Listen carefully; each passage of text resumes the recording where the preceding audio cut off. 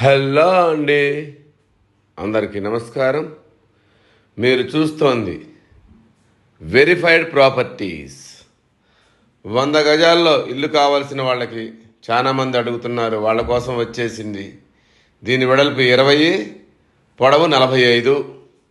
దీని ఎసెప్టీ 900 ఎసెప్టీ దాకా వస్తుంది. ఇది నార్త్ ఫేస్ హౌస్. ఇది ఈసీఐఎల్ నాగారంలో ఉంది.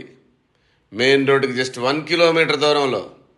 ఇంటి చుట్టూ అన్ని విల్లాస్ ఉంటాయి.